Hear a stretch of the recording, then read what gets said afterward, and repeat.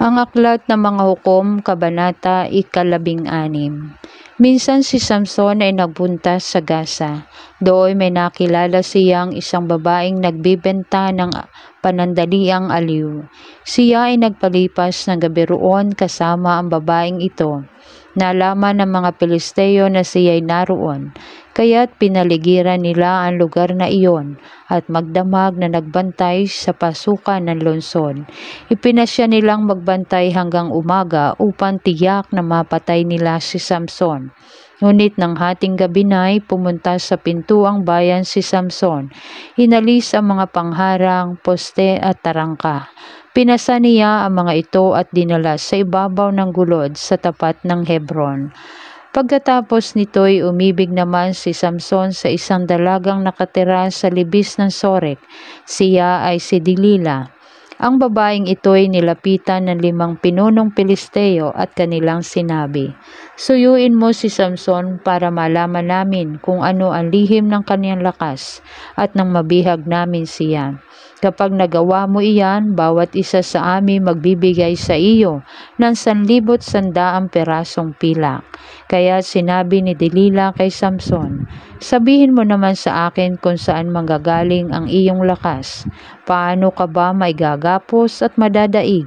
Sumagot si Samson, "Kapag ako'y ginapos ng 7 sariwang yantok, manghihina ako gaya ng karaniwang tao."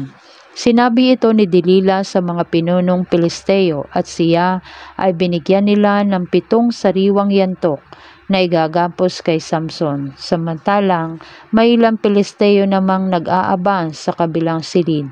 Pagkatapos ay sumigaw si Delila, "Samson, may dumarating na mga Pilisteo." Ang yantok na iginapos kay Samson ay nilagot nito na para lamang nasusunog na sinulid. Kaya hindi nila nalaman ang lihim ng kanyang lakas.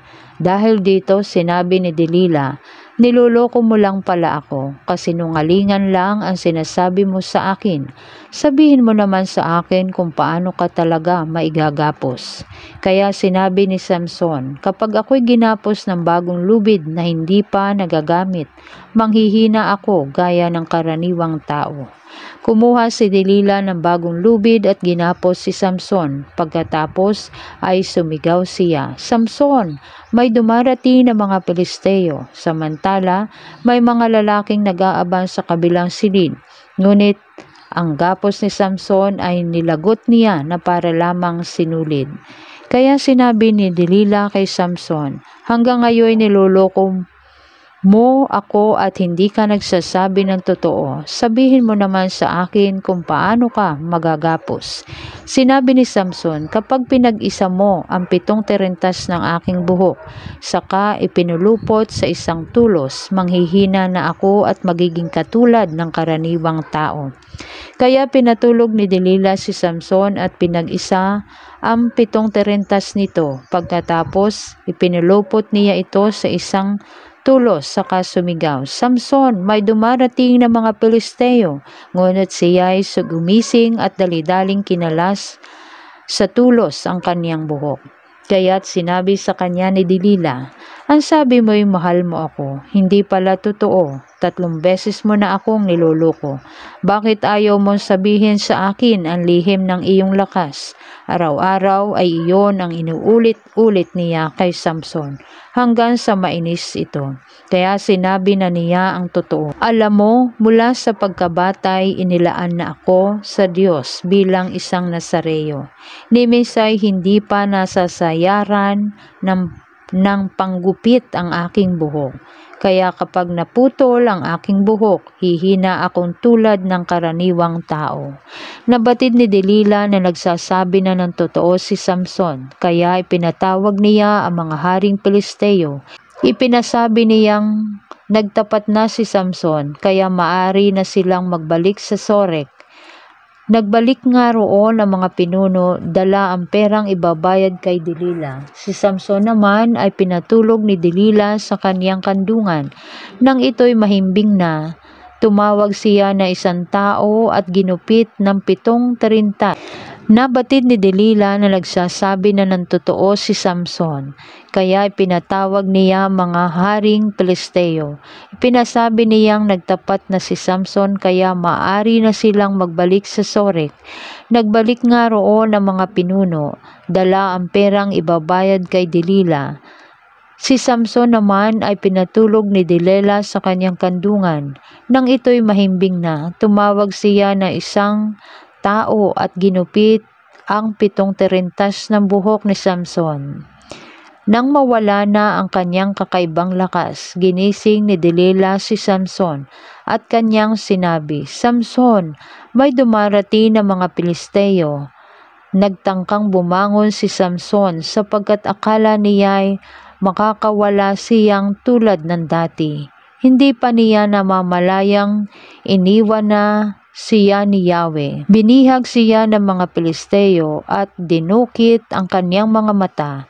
Siya'y dinala nila sa Gaza, tinalian ng tanikalang tanso at pinagtrabaho sa isang gilingan sa loob ng bilangguan. Samantala, unti-unting humabang muli ang kanyang buhok.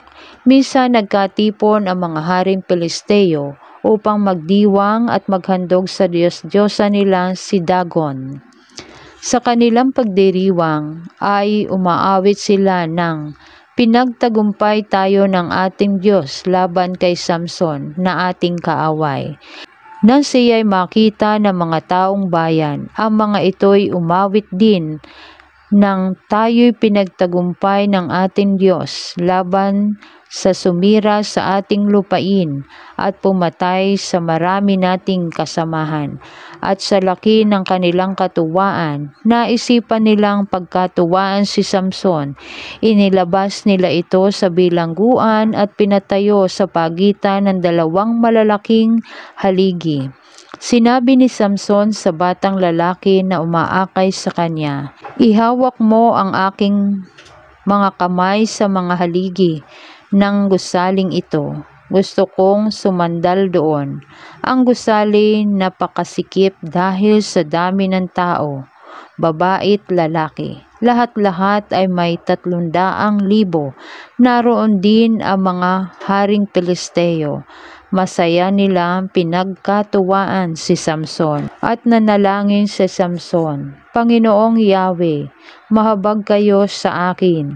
Isinasamo kong minsan pa ninyo akong palakasin upang sa pagkakataong ito'y makaganti ako sa mga Pilisteo sa pagkadukot nila sa aking mga mata."